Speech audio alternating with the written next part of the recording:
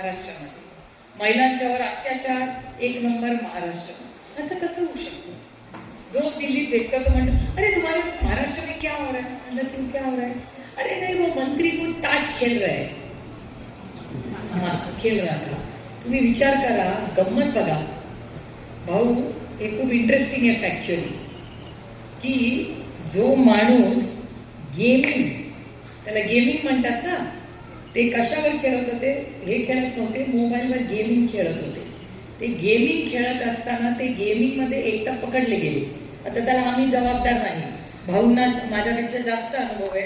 आम्ही असेंब्ली किंवा पार्लमेंटमध्ये कसे बसतो की विरोधी पक्ष एका बाजूला सगळा आणि सत्तेतले एका बाजूला।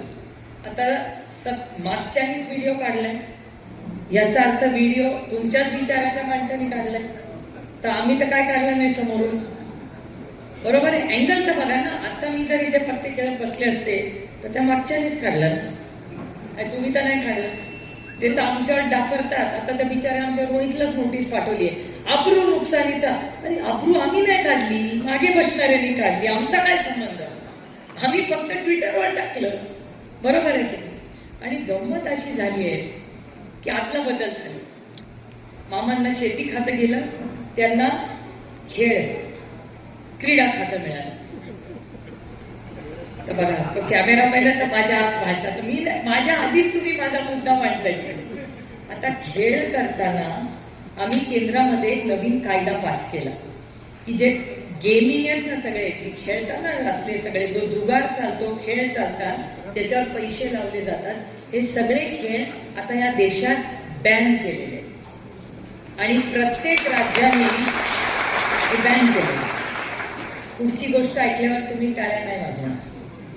याचं कारण असं की भाऊंना माहिती आहे, त्यांनी खूप वर्ष अनुभव केला आहे की असे जेव्हा नियम कायदे केंद्र सरकार बनवतो, तो कायदा राज्यांना जातो आणि त्याचे रूल्स जे असतात, नियम असतात छोटे मोठे, ते प्रत्येक राज्यांनी आपापले करायचे असतात। केंद्र सरकार एक सांगाडा करून पाठवतो आणि तुम्ही नियम करायचे असतो।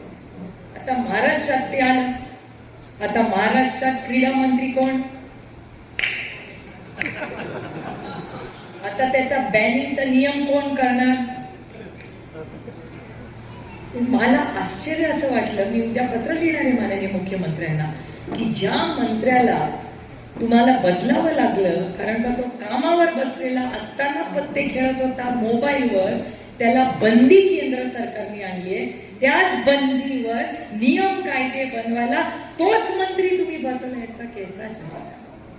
म्हणजे जो मुलगा वर्गात कॉपी करतो त्यालाच तुम्ही पेपर तपासायला बोलत। आता हद कर दी भाई इस सरकारने, हद कर, म्हणजे कहर आहे। आता टीका खाता सिक्सर वाला बॉल आहे की नाही? आता इथेच येऊन एबीपी माझा, उघडा डोळे बघा नीट।